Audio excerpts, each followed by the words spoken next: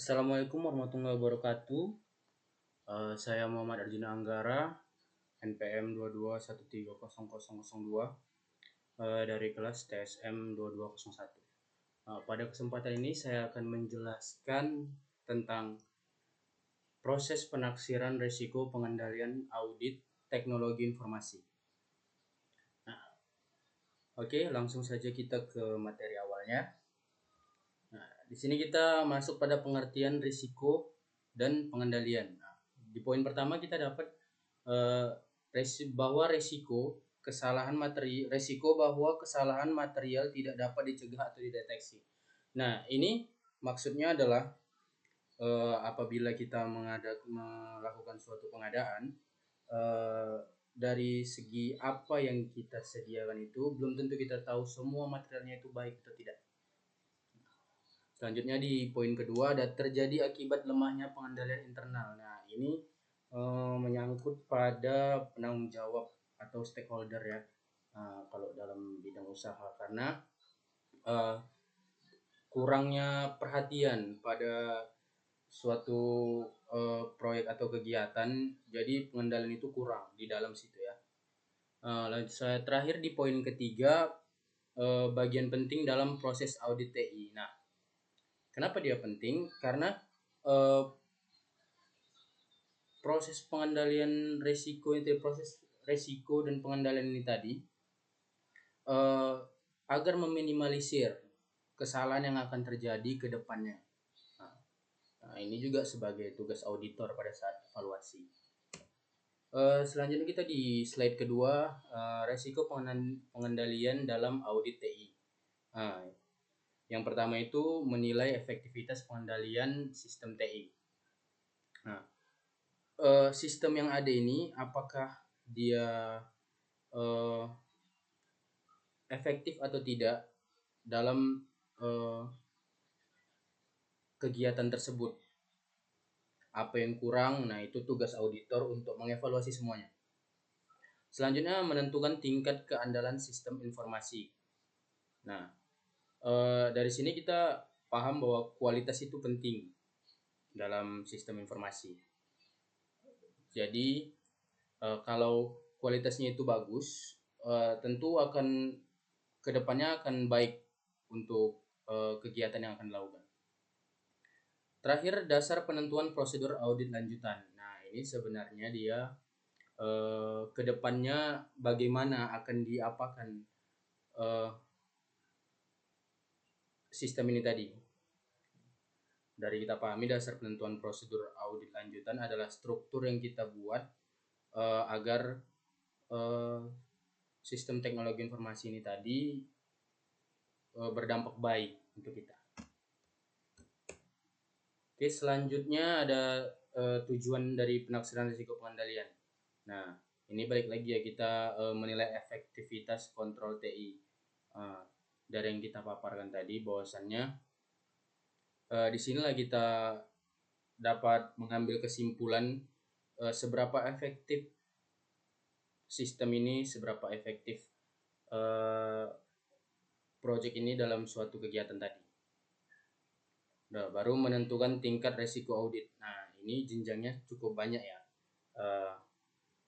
Jadi menentukan tingkat resiko audit ini, kita pahami dulu masalahnya itu apa yang bakalan terjadi ke depannya. Jadi pada saat audit kita bisa meminimalisir semua itulah gitu. Jadi dapat kita hadapi risiko itu tadi apabila memang muncul. Yang terakhir, mengurangi kemungkinan kesalahan dan kecurangan. Nah, ini tadi sebenarnya ini berkaitan dengan poin kedua tadi ya, menentukan tingkat risiko audit. Jadi memang faktornya itu kalau dalam penaksiran risiko ini, seberapa besar kemampuan kita untuk mengurangi kesalahan dalam bidang teknologi informasi tadi. Selanjutnya, komponen pengendalian internal IT. Nah, ini bagian-bagian utama yang sangat berpengaruh dalam pengendalian tadi ya. Pertama, lingkungan pengendalian. Lingkungan pengendalian itu banyak ya, dari siapa penanggung jawabnya, kosnya, semualah struktur yang bersangkutan dalam project itu tadi. Baru ada penilaian resiko yang kedua. Penilaian resiko ini sebenarnya udah kita bahas tadi ya, untuk apa dia tingkatan resiko itu tadi masuk ke situ juga. Jadi resiko mana yang bisa kita angkat duluan untuk kita cari solusinya apabila memang ditemukan di kedepannya nanti. Baru aktivitas pengendalian. Aktivitas ini terdiri dari struktur-struktur yang akan kita buat, proses-proses yang dapat kita lakukan untuk mengontrol,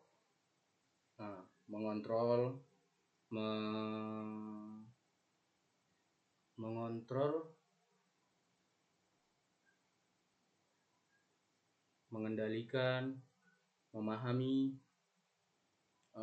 semualah dalam bidang pengendalian itu. Baru informasi dan komunikasi. Nah, ini poin yang cukup penting ya, paling penting mungkin, karena tanpa informasi dan komunikasi, resiko dari pengendalian ini tadi nggak akan kita temukan masalahnya apa. Jadi informasi itu kita butuhkan untuk kita olah datanya, komunikasi itu untuk kita sesama misalnya partner atau atasan, jadi mampu menemukan solusi bersama. Nah, yang terakhir dia ada pemantauan. Pemantauan ini misalnya setelah kita temukan solusi ini semua untuk pengendalian resiko. Nah, kita jalankan dan kita pastikan bahwa di dalam pemantauan ini kita tidak menyentuh ranah di mana resiko itu bakalan terjadi.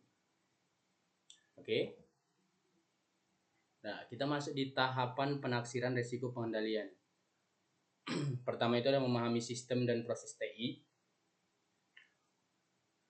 Jadi semua orang yang berperan di dalam itu paham tentang sistem itu dan mengetahui proses-proses apa saja yang akan dilakukan. Yang kedua ada identifikasi pengendalian yang ada. Nah, identifikasi ini kan sama dengan kita memprediksi, begitu kan? Kita cari tahu, kita analisis pengendalian yang ada untuk kita terapkan kembali. Selanjutnya ada evaluasi desain pengendalian. Nah, ini sebenarnya masuk ke struktur ya, bahasanya aja yang cukup keren kita bilangnya dia pakai desain. Sebenarnya ini tuh kayak tahapan-tahapan juga. Jadi tahu kita gambarannya gimana untuk pengendalian itu nanti. Baru pengujian efektivitas pengendalian. Nah, ini sebenarnya balik ke yang awalnya tadi ya, yang terakhir ya di pemantauannya. Jadi setelah kita temukan semua, tetap harus kita dari pengujian ini kita dapat hasil seberapa efektif tadi lah pengendalian ini dilakukan. Nah, lalu ada teknik penaksiran resiko. Teknik penaksiran resiko itu pertama ada wawancara. Wawancara itu kita seperti menyebar kuesioner atau kita melakukan mencari narasumber agar kita bisa tahu bahwasannya resiko apa sih yang bakalan terjadi nanti. Di cara kedua itu ada observasi. Observasi itu kita terjun langsung untuk mencari tahu masalah apa yang akan terjadi. Misalnya di project lain kan, atau di kegiatan lain, kita turun sendiri lalu kita lihat gitu. Baru studi dokumentasi. Nah, studi dokumentasi ini yang paling gampang ya, karena kan data semua ada juga di internet juga banyak kan. Mulai dari kita bisa lihat artikel, jurnal, karya ilmiah segala macam gitu kan. Jadi informasinya itu kita dapat, datanya itu kita sudah ada, baru kita bandingkan sama kegiatan yang akan dilakukan nanti. Yang terakhir itu pengujian sistem. Itu sih udah harus ya, karena kan memang sebelum sistem itu sendiri diterbitkan atau digunakan sama pengguna lain, kita harus melakukan pengujian sistem itu, apakah memang sistem ini memenuhi enggak. Oke, jadi kesimpulannya dalam presentasi ini,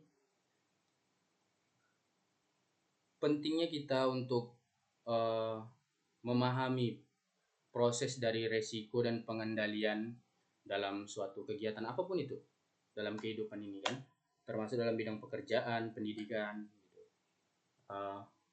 Jadi di sini kita semua bisa melakukan itu, kita semua bisa menaksir seberapa resiko yang akan kita hadapi, seberapa banyak pengendalian yang akan kita lakukan. Jadi kedepannya untuk meminimalisir kesalahan yang akan terjadi. Sekian presentasi dari saya Muhammad Junanggara. Wabillahi taufiq wal hidayah. Wassalamualaikum warahmatullahi wabarakatuh.